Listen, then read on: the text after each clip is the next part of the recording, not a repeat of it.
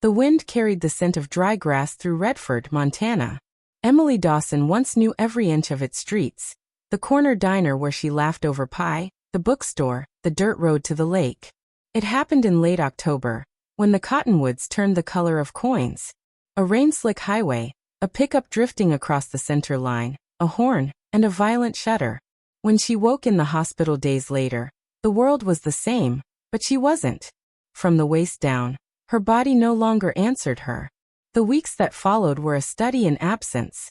At first came flowers, casseroles, and visits heavy with apology. Friends said she was strong, then texted less, then stopped. Even the nurses, kind as they were, looked past her to the chart and the clock. Redford moved. Trucks idling outside the feed store, kids at the post office. Emily tracked it from a window now. She learned new tasks, the careful transfer from chair to bed, the sting of muscles that seemed to forget her, the small victories no one else saw, opening a jar against her ribs, getting a sock on without tearing the heel. One evening the sky burned like copper. She remembered riding to the foothills, following the creek's patient sound. Now the memories felt like photographs in someone else's album, familiar and far. More often there was the flatness after, the practical problem of living. What groceries can I carry on my lap?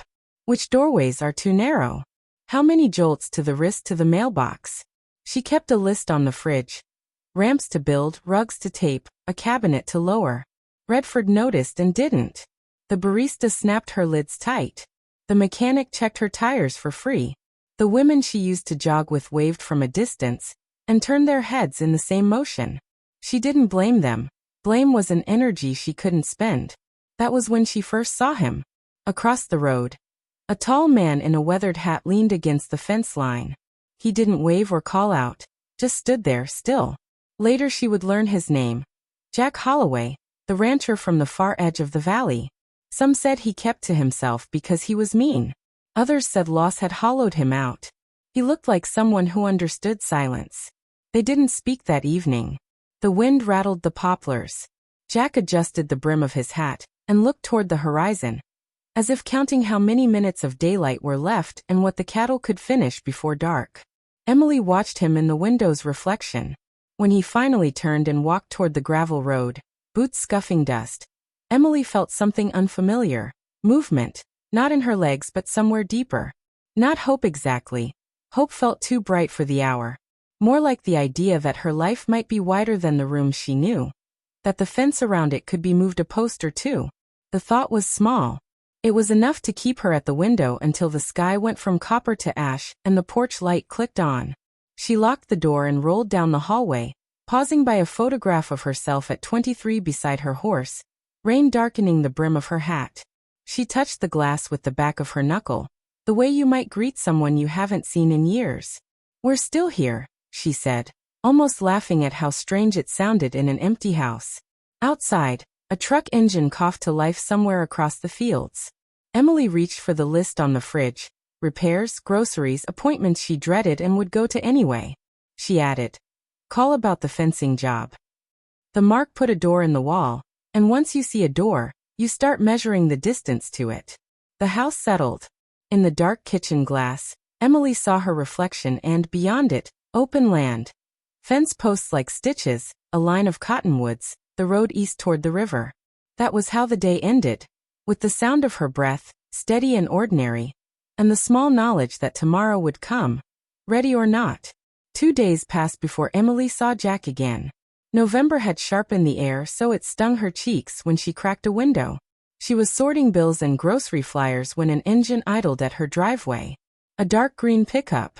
Jack stepped out, moving like a man who saved his strength for the work that mattered. He carried a wooden crate and a paper bag stapled shut. She hesitated at the door, the old habit of bracing for pity tightening her shoulders. By the time she unlocked it, he was halfway up the steps. He stopped, not because of the chair, but because he was waiting for her cue. "Can I help you?" The words came out more guarded than she meant. "Chickens are overproducing," he said, lifting the crate. "Figured you could use a dozen. You could sell them at the market." "Could," he said, after a beat. "Mind if I set them inside?" His tone was plain, neither soft nor sharp. She pushed the door wider. He crossed the threshold, boots leaving a faint constellation of dust on the mat, and set the eggs on the table. Brown shells, each a different shade, like he'd sorted them by hand. He placed the paper bag next to them. Coffee. Good stuff. Don't like seeing folks drink the cheap kind. Thank you, she said, surprised by how long it had been since a man stood in her kitchen. He nodded once, eyes taking in the counters, the lowered microwave, the rug taped down. Noticing, not judging. Heard you used to ride. I did. My barn's a mess, he said, like stating the weather. Could use help with what doesn't kick. Paperwork, feed orders, vet schedules. Nothing heavy. She let out a small breath that might have been a laugh. I'm not exactly mobile. Paperwork isn't either. He tipped his chin toward the table. I pay fair. It wasn't charity. She felt that immediately. It was a rancher with a job, asking if she wanted it. They stood long enough for the wall clock to tick 6 times. I'll think about it, she said. That's all I'm asking. He touched the brim of his hat, the gesture as economical as everything else about him, and left. That evening she sat with the eggs in front of her, tracing their rough shells. It wasn't the offer that unsettled her, it was how normal his voice had sounded. No honeyed sympathy. No false inspiration. Just work. By Thursday she'd left the curtains open late, letting the field turn from gold to pewter. Friday morning she dialed the number on the feed store receipt. You still need help? Always, he said. She could hear the smile, small as a pencil mark. Saturday he pulled up at 9. The passenger seat had been cleared. A rubber mat lay where her feet used to brace. He didn't hover.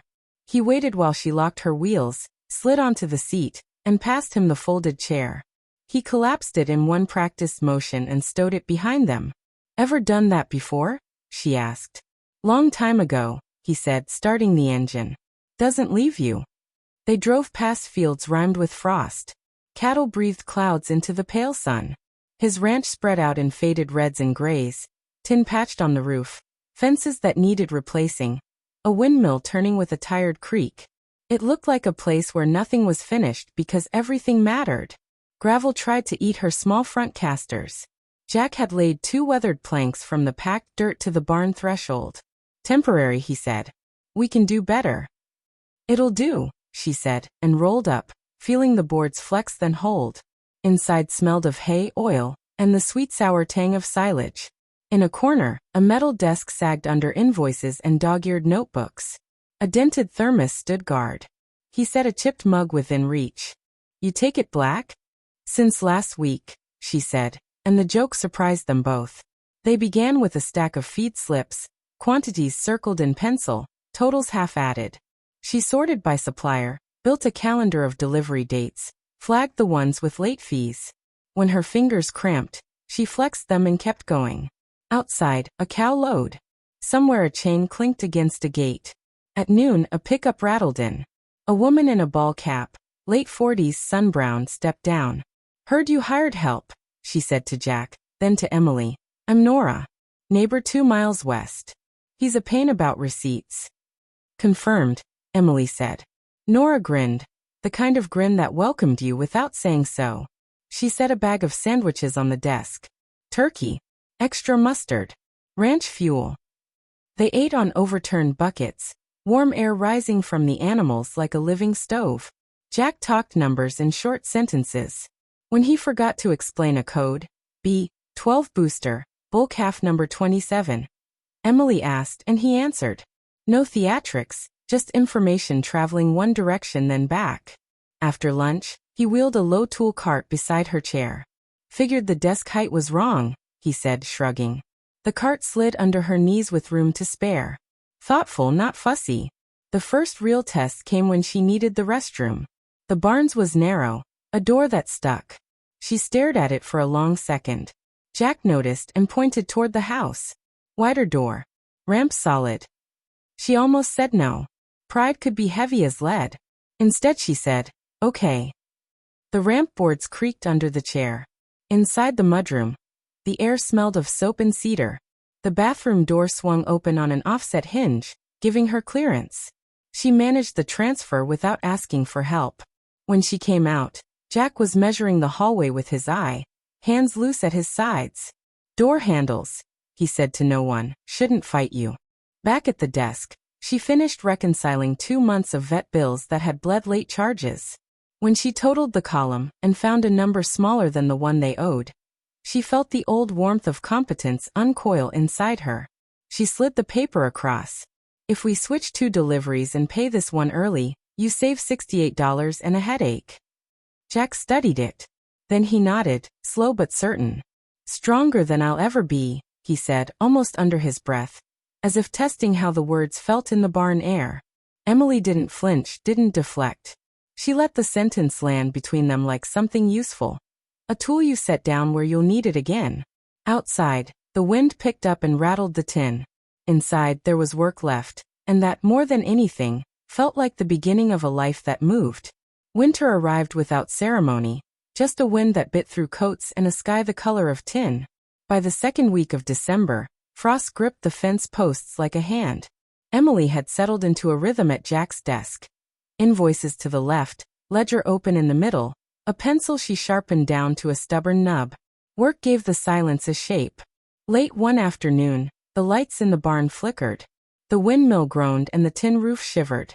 Jack pushed through the door with snow pinned to his shoulders. Heifer in trouble, he said, breath white in the cold.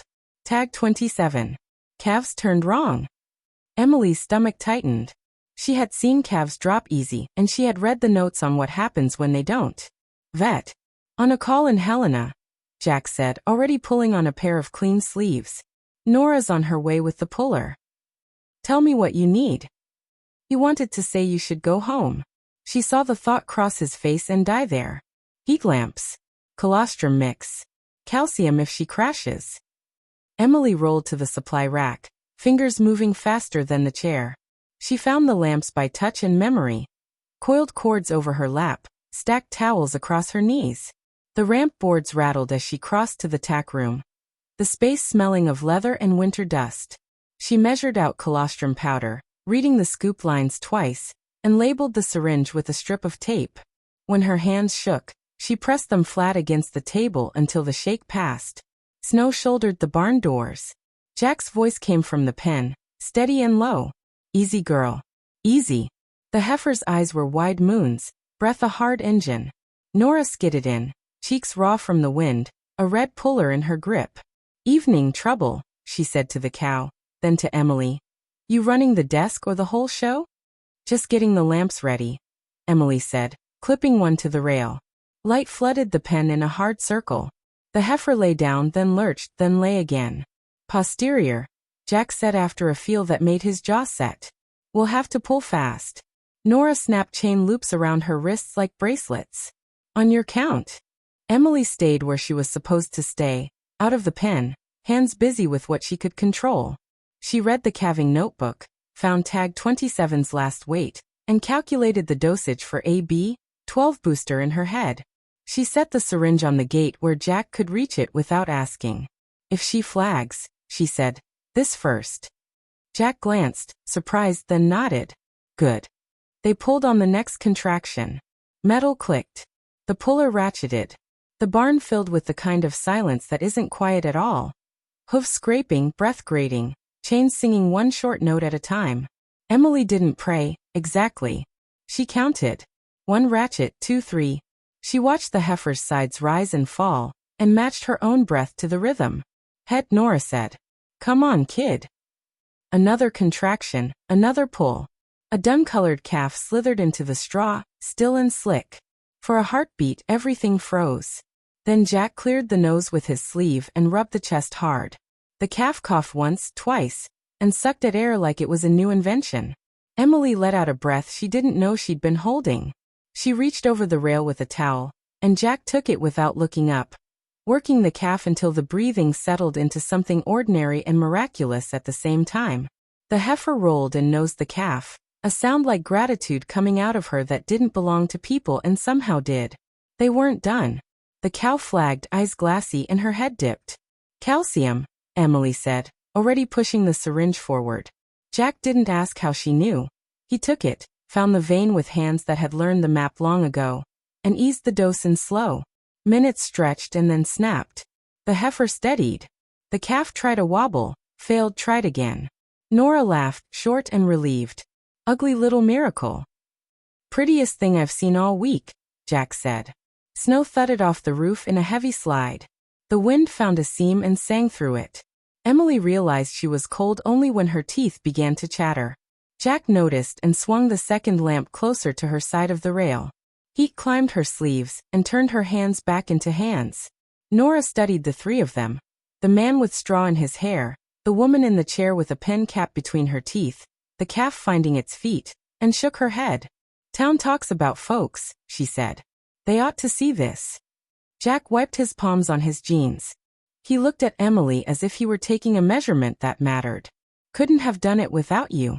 You could have, she said. Not to be modest but to be accurate. He took a beat. The wind rattled the tin. The calf found the teat. Maybe, he said.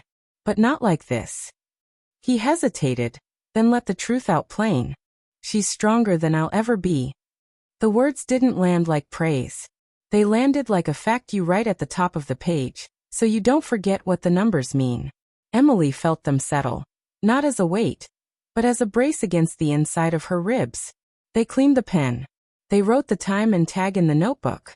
Nora left a thermos by the desk on her way out. For the night watch, she said. Jack checked the generator.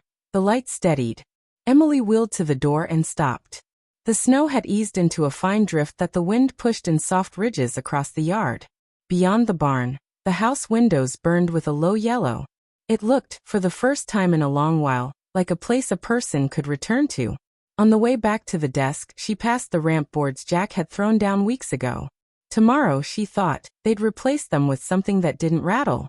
Work would start with a tape measure and a pencil line. She smiled at the simplicity of it. Some problems were bigger than a person. Some were exactly the size of a board you could cut to fit.